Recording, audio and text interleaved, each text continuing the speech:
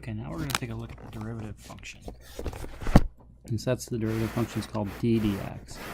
And it eats a monomial like x to the n, and what it spits out is n times x to the n minus 1. So what's happening there is that the exponent n is coming out front, so you get n times x, and then we're subtracting 1 from the exponent.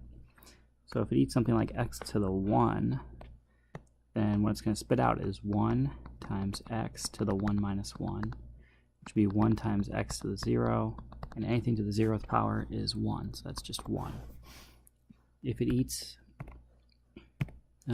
x squared, then what it's going to spit out is 2 times x to the 2 minus 1, which is 2x. Okay, so I think you can see the pattern. The exponent comes out front, and you subtract 1 from the exponent. So the next one would be derivative of x cubed is 3x squared.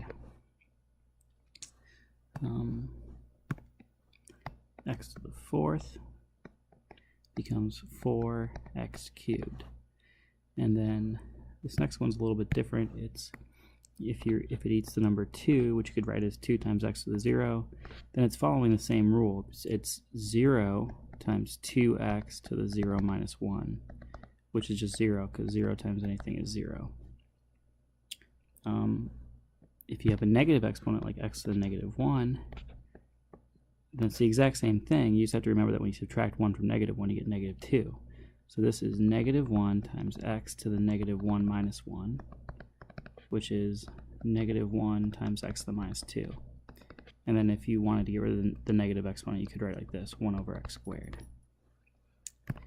Okay, so this pattern continues. So if I have x to the minus 2, the derivative of that is going to be negative 2x to the minus 2 minus 1.